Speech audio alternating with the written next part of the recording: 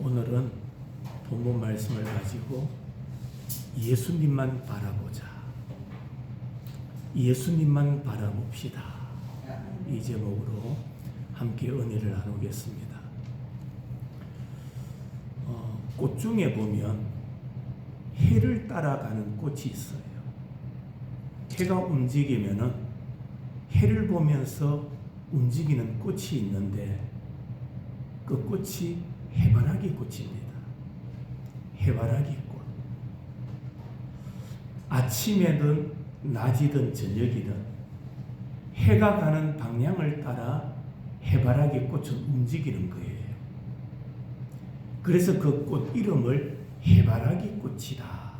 그렇게 말하는 겁니다. 식물은 동물처럼 크게 유연하지는 않아요. 그러나 모두가 해를 향해서 뻗어 있는 것만큼은 분명합니다. 그래서 해가 있어야 동물이든 식물이든 생존할 수가 있습니다. 해가 없으면 아무리 좋은 식물이라 할지라도 생존할 수가 없지요. 주바라기라는 말이 있습니다. 주바라기. 무슨 뜻일까요? 주님을 바라보는 사람. 주님이 아주 기뻐하는 사람. 그 말입니다. 오늘 우리가 읽었던 본문에 보면 히브리서 기자가 이렇게 말합니다. 예수를 뭐하자? 바라보자. 예수를 바라보자. 뭐가 되자는 겁니까? 주바라기가 되자. 이 말입니다. 주님을 바라보는 자가 되자. 바라봄의 법칙이 있습니다. 바라봄의 법칙. 이 바라봄의 법칙이 뭐냐 하면은 바라보는 대로 변화의 법칙, 변화되는 법칙이지요. 그러니까 사람이 이 세상을 살면서 무엇을 바라보느냐에 따라서 무엇을 보고 사느냐에 따라서 우리의 마음과 우리의 미래가 달라진다는 겁니다. 여러분, 아주 욕하는 사람들만 자꾸 보고 살면요, 우리가 닮아갑니다. 따라갑니다. 요즘 아이들 대화하는 것 보면은 항상 대화의 시작은 뭘 하는지 아십니까? 욕을 합니다. 욕으로. 요즘 아이들 다 그렇습니다. 자기가 그런 욕을 하면서도 욕이라는 의식이 없어요. 왜? 그것을 보고 살기 때문입니다. 그런 친구들이 옆에 있고 그런 아이들과 같이 생활하기 때문에 자기도 의식하지 못하게 입에서 욕이 먼저 나오는 거예요. 그래서 교육할 때에 좋은 서성, 좋은 양서, 좋은 것을 바라보게 만드는 겁니다. 여러분, 여성들이 임신을 합니다. 임신을 하면 아무 곳에나 가지 않습니다. 아무 음식이나 먹지 않아요. 누구를 위해서? 태의 아이를 위해서. 그래서 좋은 것 먹으려고 하고 좋은 곳에 가려고 하고 좋은 음악을 들으려고 하는 겁니다. 악한 것을 바라보아서는 안 된다라는 겁니다. 오늘 성경에서 예수를 바라보자. 주바라기가 되자. 그러면 우리가 예수님을 바라볼 때에 우리에게 어떤 변화가 일어날까? 주님을 바라보면서 살아갈 때 어떤 변화의 역사가 일어날까? 그 첫 번째로 주님을 바라볼 때에 주님의 마음을 담게 됩니다. 예수님을 바라보고 살아야 예수님의 마음을 담게 되는 겁니다. 신약 성경 빌립보서 2장 5절부터 8절까지의 말씀. 너희 안에 이 마음을 품어라. 곧 그리스도 예수의 마음이니 그는 근본 하나님의 본체시나 하나님과 동등됨을 취할 것으로 여기지 아니하시고 오히려 자기를 비워 종의 형체를 가지사 사람들과 같이 되셨고 사람의 모양으로 나타나사 자기를 낮추시고 죽기까지 복종하셨으니 곧 어디에 십자가에 죽으심이라고 말씀합니다. 빌립보서 2장 5절을 시작하면서 뭐라고 말하느냐? 너희 안에 이 마음을 품어라. 이 마음이 어떤 마음입니까? 곧 그리스도 예수의 마음이니 너희 안에 예수님의 마음을 품어라. 예수님의 마음이 어떤 마음일까요? 그는 근본 하나님과 동등하시지만 하나님과 동등함을 취하지 아니하시고 오히려 자기를 비워 종의 형체를 가지신 것이 예수님의 마음이라고 말합니다. 자신을 낮추십니다. 어디까지? 죽기까지 자기를 낮추시는 마음이 예수님의 마음입니다. 여기서 자기를 낮춘다라는 말은 단순히 겸손을 의미하는 단어가 아닙니다. 여기서 낮춘다라는 의미가 뭐냐 하면은 멸시, 천대, 굴욕을 당하면서까지 하나님의 말씀에 순종하시는 겸손. 단순히 자기를 낮추는 상황에서 끝나는 것이 아니라 굴욕을 당하면서도 멸시를 당하면서도 천대를 받으면서도 하나님의 말씀에 순종하심. 그것이 바로 참된 겸손이라고 말씀하면서 이것이 예수님의 마음이다. 예수님께서 이 땅에 오셔서 하신 일은 모두가 하나님의 말씀에 순종하심입니다.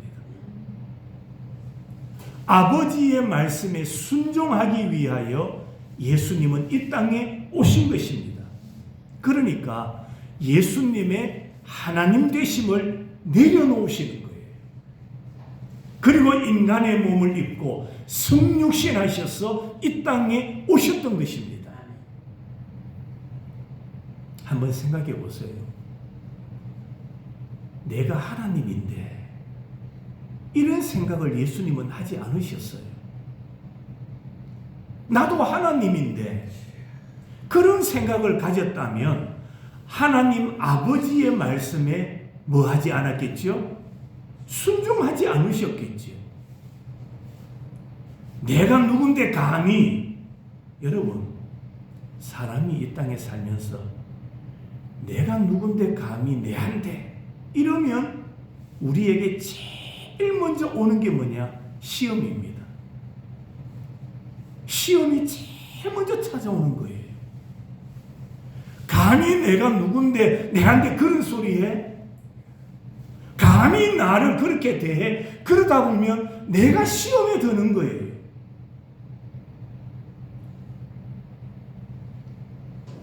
하나님은 어린 아이와 같은 마음을 기뻐하십니다. 너희가 어린 아이와 같지 아니하면 어디에 들어가지 못한다? 천국에 들어가지 못한다. 왜 어린 아이와 같아야 된다고 말씀할까요? 단순히 나이가 적어야 한다라는 의미일까요? 아닙니다. 어린이는 내가 누군데 감히 그런 마음을 가지지 않아요. 다시 말하면 교만하지 않는다.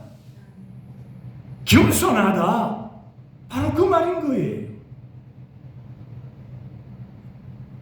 어린 아이가 무시받는 사회에서 아이들은 항상 나중이고 심부름은 도맡아 하게 되고 좋은 자리 앉지 못하고 재난이 생기면은 제일 먼저 아이들의 희생이 있는 거예요.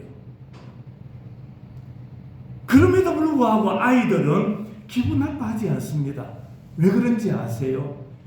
나라는 자아의식이 발달하지 않았기 때문에 그런 거예요. 그렇기 때문에 우리도 이스라엘 다윗 왕처럼 우리에게 씌워져 있는 왕관을 다 내려놔야 돼요. 우리에게 주어진 왕관을 다 벗어놓고 하나님을 섬겨야 돼요.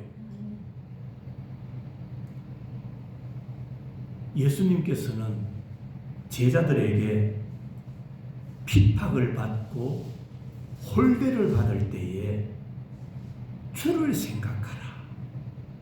주를 바라보라. 그렇게 말씀하셨어요. 영광을 얻을 때, 박수 받을 때 주를 생각하라고 하지 않았어요. 홀대를 받을 때, 멸시를 받을 때, 무시를 당할 때, 그때 누구를 바라보라? 예수를 바라보고 예수를 생각하라. 왜냐하면은 주님도 이런 일을 당하셨는데 이것은 나에게 당연한 일이다. 주님도 고난 받으셨고 주님도 버림을 받으셨고 주님도 도망을 다니셨고 그 생각을 한다면 우리는 시험에 들지 않는다라는 말입니다. 예수님을 생각할 때 우리는 어떤 핍박이라도 다 이겨낼 수가 있다.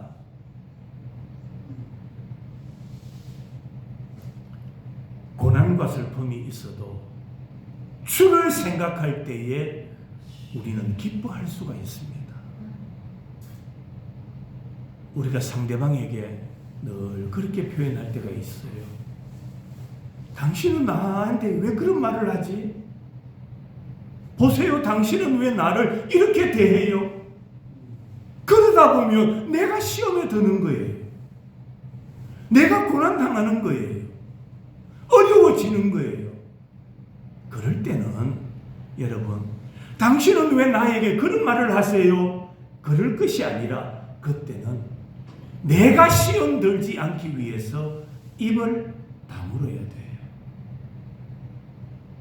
내가 시험 들지 않기 위해서는 주를 생각해야 돼요.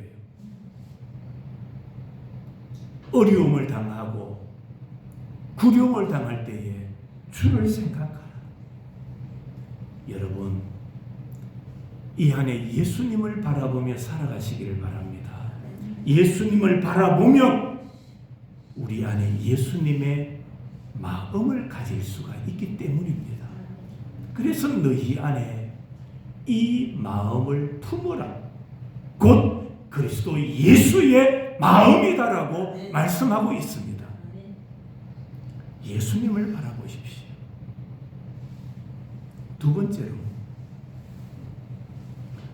우리가 예수님을 바라볼 때 예수님처럼 행하게 됩니다. 행동하게 돼요. 예수님을 바라봐야 예수님처럼 살게 되는 거예요.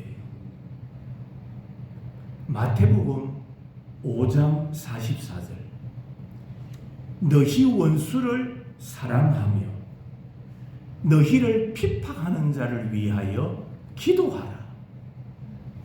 예수님이 그렇게 사셨어요. 예수님은 자신을 십자가에 못 박는 자들을 위해서 기도하신 거예요. 아버지, 저들의 죄를 용서해 주세요.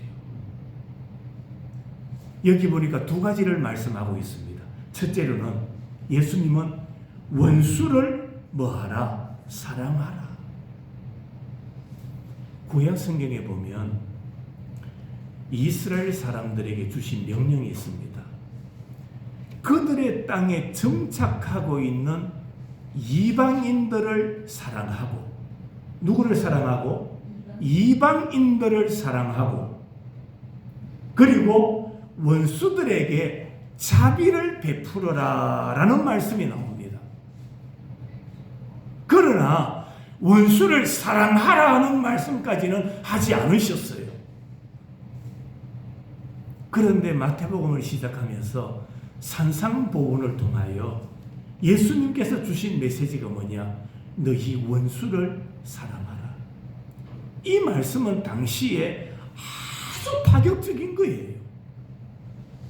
당시뿐만 아니라 오늘날도 마찬가지입니다. 원수를 사랑하라. 이걸 쉽게 받아들일 수 있는 사람이 없다라는 말입니다. 원수는 어떻게 해야 되느냐? 미워해야 되고, 원수는 원수를 갚아야 되는 거예요. 그래야 내 속이 시원해지는 겁니다. 그런데 예수님은 원수를 뭐하라? 사랑하라. 사랑은 다른 사람에게 자비롭고 따뜻하게 대하는 거예요. 사랑은 다른 사람에게 따뜻하게 대하는 거고, 그를 위하여 희생을 마다하지 않는 게 사랑이에요. 또 하나, 원수를 사랑하라. 이 말씀 속에는 개인적인 원수를 만들지 마라, 그런 의미가 담겨 있습니다. 개인적인 원수를 만들지 마라.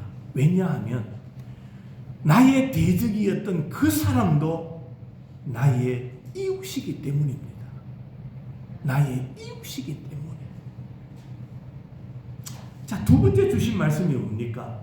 첫째로는 원수를 사랑하고, 두 번째로는 박해하는 자들을 위하여 뭐하라? 기도하라. 박해자들을 위하여 기도해라. 여러분, 사랑과 기도는 서로를 강화시키는 면모가 있습니다. 사랑하면 기도하게 되고, 기도하면 사랑하게 되는 거예요. 우리를 박해하는 자를 위하여 기도하는 것은 쉽지 않습니다. 원수를 위하여 기도하는 것은 참으로 뭐합니까? 어려워요. 여러분은 원수를 위하여 기도해 보셨습니까? 그러나 주님의 말씀을 따라 기도하다 보면 그들을 어느 정도 이해하게 되고 측은한 마음이 들기 시작하는 거예요. 그리고 계속해서 그 원수를 위하여 기도하다 보면 그들을 용서하게 되고 심지어 그들을 사랑하게 된다.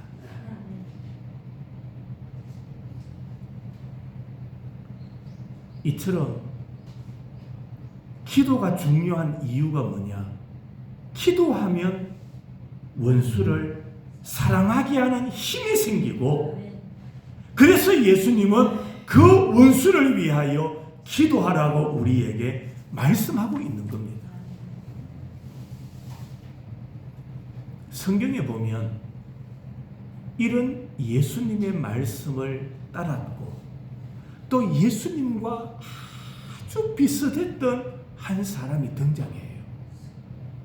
그 사람이 바로 스데반입니다. 스데반. 사도행전 6장 15절. 사람들이 다 스데반을 주목하니 그 얼굴이 천사의 얼굴과 같더라. 복음 전하다가 사람들에게 돌에 맞아 죽어가는 그 상황에 스데반의 얼굴이 천사의 얼굴과 같더라.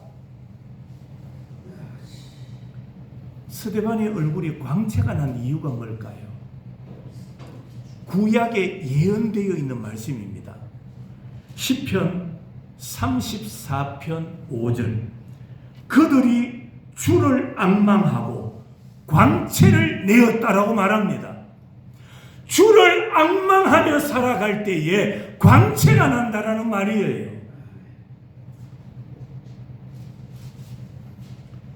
요즘 우리나라 외국 여행객들이 가장 많이 찾는 품목 가운데 하나가 화장품이랍니다.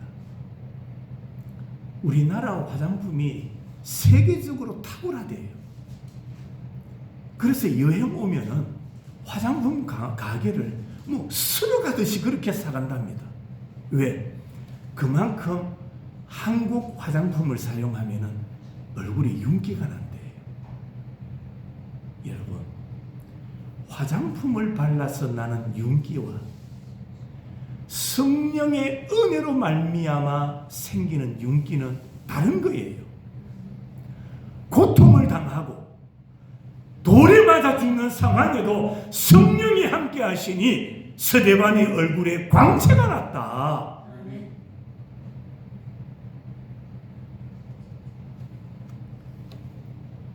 우리 주님은 자기를 십자가에 못 박는 자들을 위하여 기도하셨습니다. 그 기도하시는 모습을 스데반이 뭐 했을까요? 보았어요. 예수님이 십자가에 못 박혀 죽으시는 그 고통의 상황 속에서도 원수를 위하여 기도하시는 예수님의 모습을 스데반은 보는 거예요. 그랬더니 스데반이 전도하다가 돌에 맞아 죽는 그 상황 속에서도 스데반은 뭐라고 기도합니까? 주 예수여, 내 영혼을 받으시옵소서 하고 무릎을 꿇고 크게 불러 이르되 주여 이 죄를 그들에게 돌리지 마옵소서. 스데반이 이렇게 기도할 수 있었던 이유가 뭘까요? 원수를 위하여 기도하시는 예수님의 모습을 뭐했기 때문에? 보았기 때문에. 예수님의 모습을 보고 닮아가는 거예요. 오늘 우리가 예수님을 바라봐야 하는 이유가 뭡니까? 예수님의 행동을, 예수님의 삶을 닮아가기 위해서입니다. 누가복음 22장 39절에 예수께서 나가사 습관을 따라 감람산에 가시매 누구도 따라갑니까? 제자들도 따라갔더니, 잘 보세요. 예수님께서 습관을 따라 기도하러 어디 가셨다고요? 감람산으로 가시는 거예요. 그때 예수님의 뒤를 따랐던 자들이 누굽니까? 제자들입니다. 이토록 기도하시는 예수님의 모습을 보고 제자들이 기도하다가 성령 충만 받잖아요. 오순절 성령 강림하잖아요. 예수님의 기도하시는 모습. 예수님은 밤이 맞도록 기도하시기도 하고, 예수님께서 기도하시니 땀방울이 뭐가 되더라? 핏방울이 되더라. 그렇게 기도하시는 예수님의 모습을 제자들이 봤다는 말입니다. 3년 반 동안 제자들을 데리고 다니신 이유가 뭡니까? 본을 보이신 거예요. 예? 복음을 위하여, 하나님의 나라를 위하여 예수님이 본을 보여주신 겁니다. 그래서 예수님께서 부활 승천하신 이후에 제자들도 박해 속에서도 그들은 목숨 걸고 전도하고 목숨 걸고 기도하다가 성령 충만이 임하게 되는 겁니다. 3년 반 동안 예수님을 바라보고 예수님을 따랐던 결과인 거예요. 성도 여러분, 바라보아야 따라하게 됩니다. 내가 보아야 따라 걸어가게 되는 거예요. 그래서 모범이 중요한 겁니다. 사람은 모본을 따르게 되어 있습니다. 예수님이 우리의 모본이 되시는 거예요. 제가 목회를 하면서 결혼식 순서지, 장례식 순서지를 제가 만들었어요. 그래서 사무실에 넘겨두고 결혼식 있을 때마다 그 틀에 따라서 결혼식 순서지를 만들고, 장례식이 있을 때마다 제가 준 그 틀에 의해서 장례식 순서지를 만들게 했어요. 저와 같이 동역하던 부목사님들, 어떤 분은 3년, 어떤 분은 5년 이상 저와 동역하다가 담임 목회지에 나가는 거예요. 그분들이 하는 이야기입니다. 목사님이 사용하시던 장례식 순서지 제 지금 그대로 사용합니다. 장례식 하면서 목사님이 전하시던 그 메시지, 그게 제가 많이 듣다 보니까 제가 그대로 사용합니다. 모본인 거예요. 모본. 보고 배우고 보고 닮아가니까 그대로 사용하게 되는 거예요. 우리가 예수님을 바라봐야 되는 이유가 뭡니까? 예수님이 우리의 모본이 되시기 때문에, 우리의 삶의 본이 되시는 분이기 때문에 예수님을 바라봐야 되는 거예요. 바울 사도가 고린도전서 11장 1절에서 이렇게 말합니다. 내가 그리스도를 본받는 자 된 것 같이 너희는 나를 본받는 자가 되라. 바울의 고백입니다. 내가 그리스도를 본받는 것처럼 너희는 나를 본받는 자가 되라. 빌립보서 3장 17절 형제들아 너희는 함께 나를 본받으라. 그리고 너희가 우리를 본받은 것처럼 그와 같이 행하는 자들을 눈여겨봐라. 성도 여러분, 우리가 예수님을 바라봐야 예수님처럼 행하게 됩니다. 예수님을 바라봐야 예수님의 마음을 가질 수가 있는 겁니다. 예수님을 바라보고 예수님처럼 행하며 살아가는 우리들이 될 수 있기를 바랍니다. 세 번째로, 예수님을 바라보면 우리가 주님의 영광으로 변화됩니다. 주님의 영광으로 변화된다. 고린도후서 3장 18절 우리가 다 수건을 벗은 얼굴로 거울을 보는 것 같이 주의 영광을 보매 그와 같은 형상으로 변화하여 영광에서 영광이 이르니 곧 주의 영으로 말미암음이라. 여러분, 우리는 성경을 통해서 뭘 보게 됩니까? 주의 영광을 봐야 돼요. 성경을 통하여 주를 바라봐야 돼요. 왜? 성경은 누구에 대한 말씀입니까? 예수님에 대한 말씀입니다. 성경은 어떤 위인을 말씀하고 있는 게 아니에요. 성경은 어느 한 나라를 말씀하고 있는 게 아니에요. 천국을 말씀하고 있고 성경은 예수를 말씀하고 있는 겁니다. 그러니까 성경을 보면 예수님의 모습, 예수님이 하신 일, 예수님이 하실 일, 그리고 예수님의 영광이 나타나는 거예요. 어디에? 성경에. 성경을 통해서 우리는 예수님을 보게 되는 겁니다.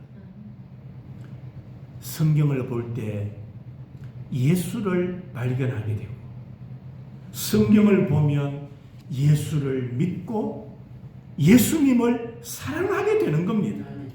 그때 주님이 우리와 온전히 함께 하시기 때문입니다. 성경을 보면 예수님을 알 수가 있습니다. 동네 사람 만나고 TV 본다고 예수님의 마음을 알 수 있는 게 아니에요. 예수님을 알려면 뭘 봐야 됩니까? 성경을 봐야 돼요. 성경을 보면 예수님을 알고, 성경을 보면 예수님이 보이고, 성경을 보면 예수님이 생각나고, 성경을 보면 예수님을 바라보게 되는 거예요. 성경을 봐야 예수를 믿고 예수를 사랑하게 됩니다. 주님을 사랑하는 만큼, 자, 주님을 사랑하는 만큼 우리는 변화돼요. 달라져요. 뭐 하는 만큼? 주님을 사랑하는 만큼 우리는 변화되는 거예요. 사자성어 가운데 견물생심이란 말이 있습니다. 견물생심. 무슨 말입니까? 어떤 것을 실제로 보고 나면은 그대로 되고 싶은 욕심이 생기는 거예요. 어떤 물건을 안 봤으면 괜찮은데 뭔가 좋은 것을 보고 나면은 저거 내가 가지고 싶다라는 욕심이 생기는 거예요. 견물생심이에요. 안 봤으면 괜찮아요. 봄으로 인하여 욕심이 생기는 겁니다. 대표적인 인물이 성경에 하와입니다. 하와가 마귀의 꿰매 넘어가지요. 하나님은 보지 마라. 보지 마라. 뭘? 선악과를 보지 마라. 보지도 말고 만지지도 말고 먹지도 마라. 그 날에는 죽는다. 하지 마라. 그러셨거든요. 그런데 마귀는 어떻게 합니까? 하와를 꼬시는 거예요. 그 꾀임에 넘어가서 하와가 선악과를 뭐 하게 됩니까? 뭐 하게 돼요? 아니요. 그 전에 먼저 보는 거예요.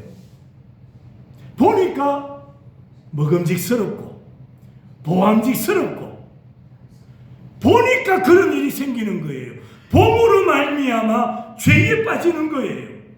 타락의 길을 걸어가는 거예요.